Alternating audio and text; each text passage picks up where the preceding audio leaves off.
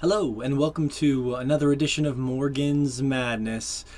I always look forward to doing these on Monday. My nerd therapy videos, just kind of getting this off my chest, and a couple things here that I wanted to talk about today in sort of our free form discussion therapy format thing. The first and foremost being, I get a lot of people asking me about anxiety, so I will probably splice this out into its own separate video as well, just because it's been a huge part of my life. As someone who, well, I'd start with here, as someone who is the host of a podcast, The Chompcast, and also does a lot with Sword Chomp and swordchomp.com, our video game website slash podcast slash gaming community. And I have two children, an incredible girlfriend. I own a house. I have 6 animals. I'm 31 years old, and I have lived all over the country, and I've had a fairly interesting life. And a lot has happened in my life that has molded who I am today. And I went through the first 26 years of my life without really having a good understanding of what anxiety or depression really was until it hit me. It was so strange and sudden that when it actually hit me the first time I had an anxiety attack, I think I was 26 years old, and I actually thought I was dying because I had no point of reference for what was happening to me, and that was very uncomfortable and strange. And speaking of anxiety, I have to mention that this is the #1 YouTube channel brought to you by Diet Dr. Pepper, caffeine-free Diet Dr. Pepper, which is the best drink for people with anxiety disorders. Because it's got no caffeine in it, which is sadly what I have to drink now. Which sucks because soda was like my favorite vice that I had, but caffeine just doesn't help. But we'll get to that later. But yeah, so the first time I had an anxiety attack, I was 26 years old, and I was sleeping, and I remember waking up in the middle of the night and feeling like I was choking on something. But I couldn't explain it. It was like no matter how many times I swallowed, I felt like there was something caught in my throat. And I went to the doctor the next day because it was persistent, and it was just irritating me and frustrating me, and everything was fine. And then I started to get a lot of intense heartburn and various other symptoms. I couldn't sleep. I felt manic, insane.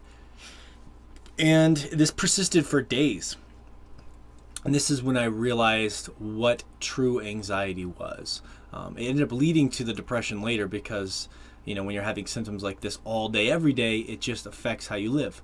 But it changed my perspective in a couple ways because I don't think I ever really truly understood what anxiety was. Now, anxiety is different degrees. I could feel anxiety maybe when I was younger, and I would be stressed or turn red or something giving a presentation in front of a college class or something like that. And anxiety takes many different forms, so I'm not here to say one is more traumatic or devastating than another. But for me, when that hit me, I was like, oh my God, like this is like fucked up real anxiety. This is getting in the way of my life. Do you feel like you're dying all the time? And then when I started going to therapy, it really gave me an understanding of what my body was doing. It was still frustrating though, because even once I started going to therapy and I understood what my body was doing, it was still happening. And it sucks when you feel like you're choking or you can't breathe. Even though it's just anxiety, it doesn't help the fact that it's still happening. And a lot of that comes from the subconscious mind.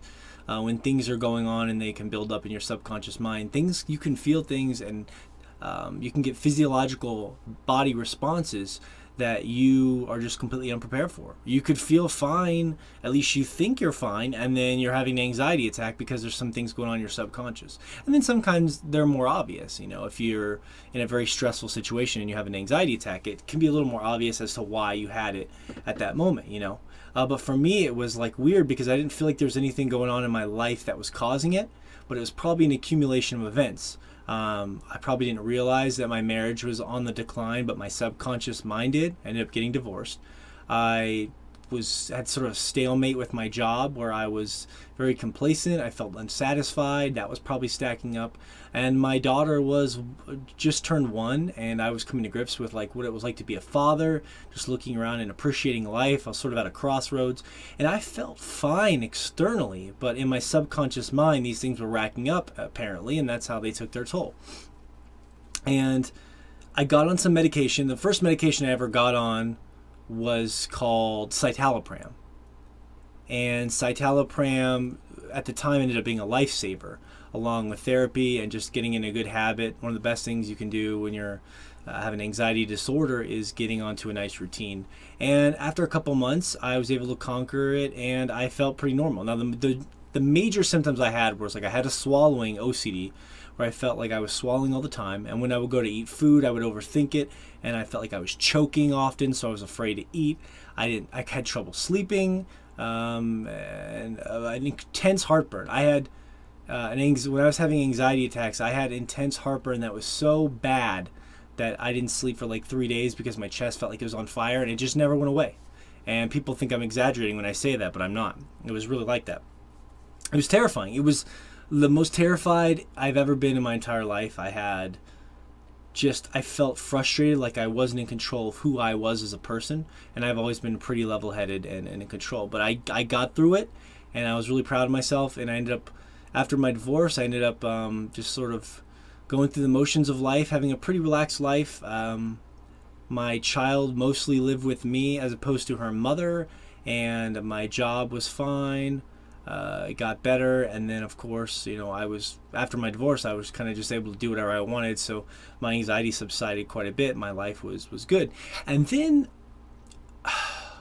in November of last year, it all came flooding back. So this was the most terrifying part of why anxiety can return. So in 2016, I basically got off my medication because I felt so good and had been great for about 7-8 months or so. And then I remember very distinctly, it was November, it was Thanksgiving. I just got back from a retreat with my girlfriend and my family, and we were eating dinner, and I almost choked on my stuffing. I choked on my stuffing, and I remembered exactly what that choking sensation felt like, and it was like this hot wave of fear rolled over my body, and I had to kind of shake it off. And then that night we went to record a podcast, and every time I go back and listen to that Pokemon podcast we recorded, I can just hear the fear in my voice, because right before we sat down to record, the nervousness that comes from recording a podcast transferred into more anxiety, and that stacked up, and then boom, it was an anxiety attack, and it was the first anxiety attack I had had in probably 4 years. And then I was like, fuck, it's back, this sucks. And I was terrified again. And it was a descent back into one of the darkest periods of my life. And the strange thing was, when it all hit again, I would say I was going through some of the best changes in my life, but my subconscious mind was apparently terrified. I just bought a new house. I was living with my girlfriend for the first time.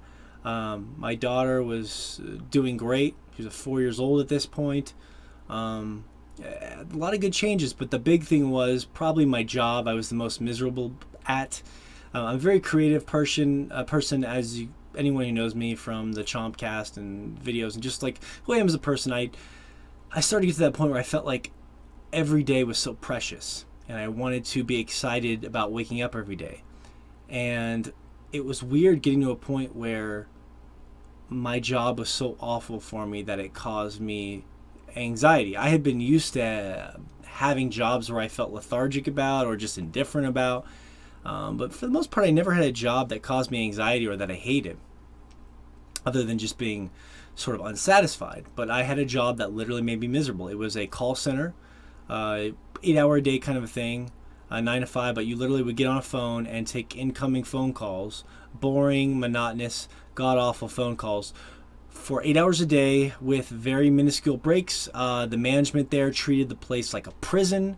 If you went to the bathroom for like more than a minute at a time, you would get in trouble. It was just like, it was hell upon hell. Like when you walked into that facility, it felt like walking into a prison, on top of the fact that the job was just soul crushing and awful. And but I had the job for several months and it hadn't caused this sort of a reaction within me. So it was probably that on top of a myriad of other events where I realized, I need this job now. I'm a homeowner. I have a family, all these other things. Anyway, it collided at a head and my anxiety spiraled out of control.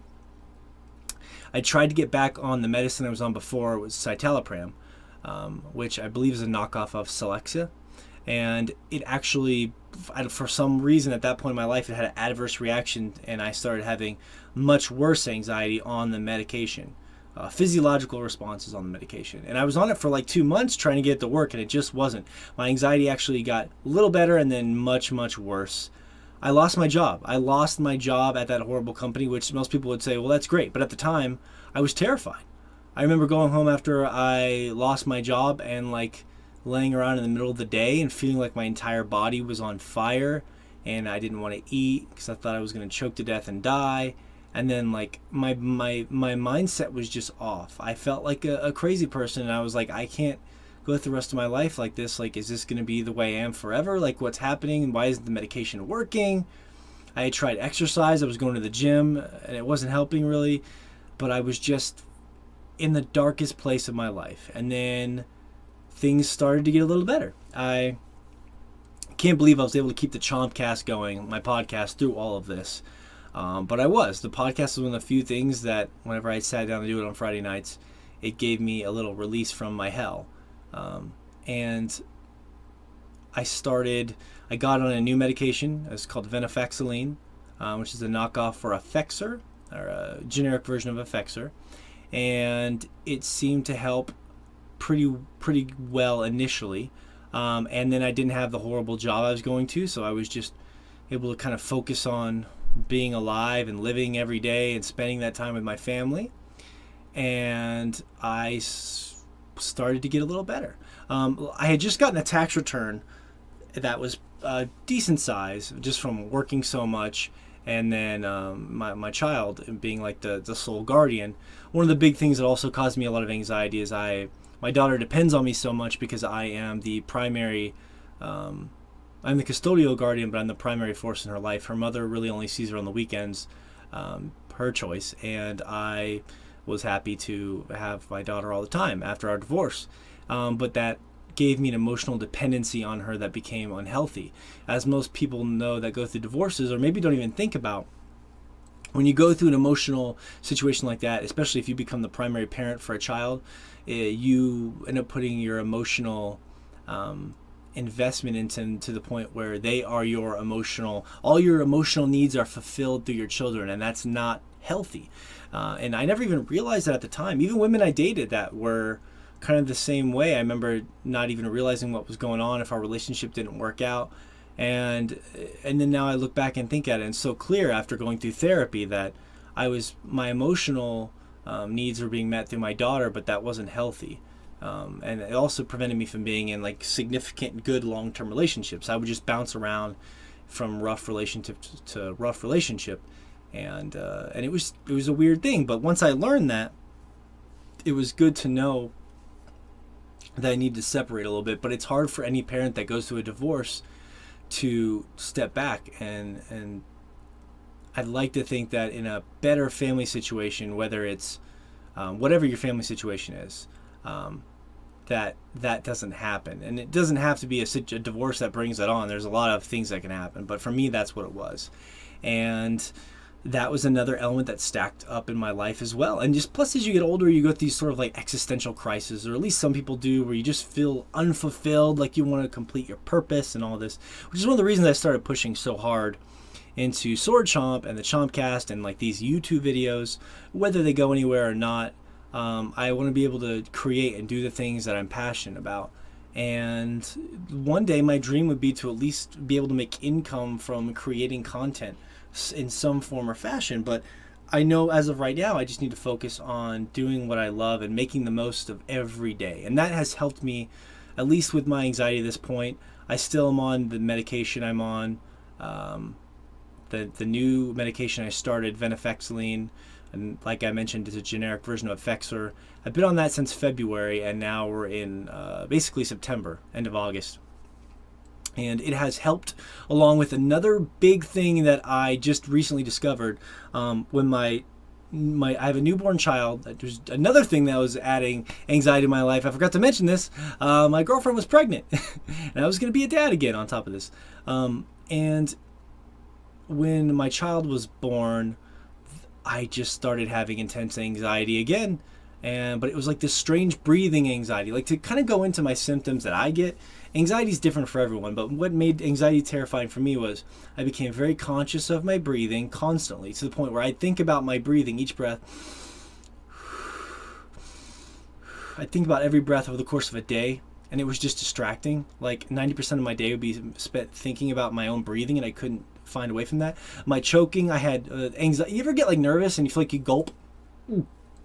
When you have an anxiety disorder like I have, when I go to eat, every time I eat, it feels like I'm choking. So eating becomes scary, and then you don't want to really be afraid of eating. It's important. Things like that. I get bad heartburn, and then obviously tingling, and you can't sleep and stuff like that. But those are the big things that get me, that cause me the most anguish. But I learned with my anxiety disorder, it's of course because it's the fight or flight response.